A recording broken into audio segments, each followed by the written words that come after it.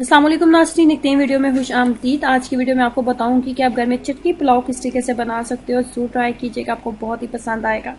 कैसे बनाया जाता है आइए जानते हैं। इसमें सबसे पहले आपने एक चटनी तैयार करनी होती है। चटनी तैयार करने के लिए सबसे पहले हमें चाहिए 6 अदद सब्ज़ मिर्चें।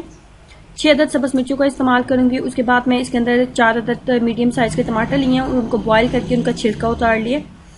उसके बाद हम इसके अंदर आधी गट्ठी के करीब हम पुदीने का इस्तेमाल करेंगे और पुदीने के बाद हम इसके अंदर इमली का पेस्ट इस्तेमाल करेंगे। इमली का पेस्ट आप जितना ज़्यादा आप खट्टा इसको रखना चाहते हो, जितना ज़्यादा स्पाइसी आप रखना चाहते हो, उस हिसाब से आप इमली की मिकदार रख सकते हैं। इसके अलावा हमने इसके अंदर आधा कप के करीब केचप का भी इस्तेमाल करना है। उसके बाद हमें चाहिए एक अदद ग्राइंडर के अंदर हम डालेंगे टमाटर। उसके बाद आप इसके अंदर डालोगे सब्ज़ मिर्चें।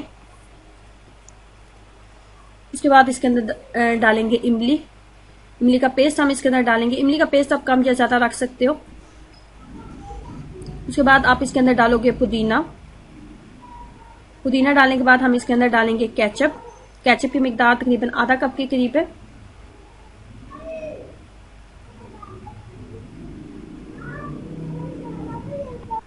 केचप डालने के बाद हम इसके अंदर डालेंगे आधा चाय का चम्मच जीरा पाउडर।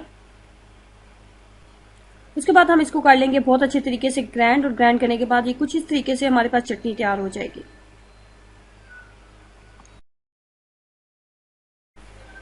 चटनी पुलाव बनाने के लिए मजीद हम किन चीज़ों का इस्तेमाल करेंगे, उसमें हम इस्तेमाल करेंगे बहुत ही छोटे साइज का प्याज लोगे और प्याज को अपने इस तरीके से आपने कट कर लेना है। उसके बाद 2 अदद मीडियम साइज के मैंने आलू लिए थे और आलू को मैंने इस तरीके से कट कर लिया। ना ही बहुत मोटा साइज और ना ही बहुत बारीक साइज। उसके बाद 2 अदद गाजर का इस्तेमाल मैंने किए और उसके बाद आधी प्याली के करीब मेरे पास मटर है। उसके बाद आप लोगे 1 अदद कढ़ाई और उसके अंदर डालोगे आप कुकिंग ऑयल। 1 कप का चौथा हिस्सा मैंने कुकिंग ऑयल लिया है। उसके बाद मैंने सब्जियां उसके अंदर शामिल कर दी हैं। सब्जियां शामिल करने के बाद हम इसको सब्जियों को कर लेंगे फ्राई। मजीद हम इसके अंदर डालेंगे नमक। 1 कप का 4th पार्ट मैंने इसके अंदर कुकिंग ऑयल लिया है। इससे ज्यादा आप कुकिंग ऑयल का इस्तेमाल ना करें।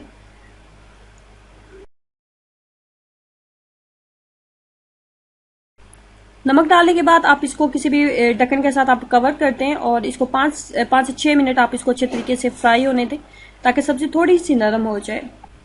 जब सब्जी नरम हो गई है तो हम इसके अंदर डालेंगे आधा खाने का चम्मच जीरा पाउडर। उसके बाद हम इसके अंदर डालेंगे 1 चाय का चम्मच आप इसके अंदर डाल दोगे काली मिर्च का पाउडर। 2 से 3 मिनट मजीद फ्राई करने के बाद आप फ्लेम को बंद कर देंगे, आग आप बंद कर दोगे। उसके बाद हम थर्ड स्टेप में क्या करेंगे, मेरे पास आधा किलो के करीब चावल है। आधा किलो चावल के लिए मैंने पानी लिया है और पानी के अंदर मैंने नमक डाल दिया था। नमक डालने के बाद सिंपल सादे तरीके से हम चावल को बॉईल कर लेंगे।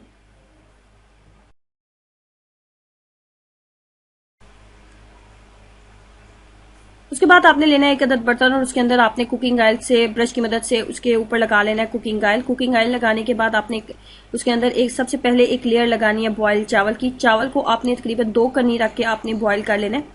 उसके अंदर 2 कनी की आपने गुंजाइश रखनी है। फुल बॉयल मैंने चावल नहीं किए।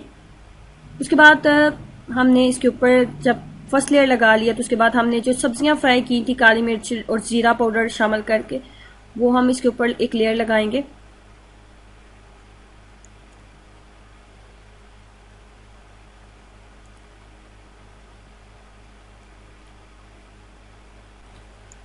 जब सब्जियां हमने लगा ली हैं तो उसके बाद हमने लास्ट एक लेयर लगानी होती है इसके ऊपर चटनी की। जो चटनी बिल्कुल स्टार्ट वीडियो में हमने एक बनाई थी चटनी, वो चटनी की लेयर हम इसके ऊपर लगा देंगे।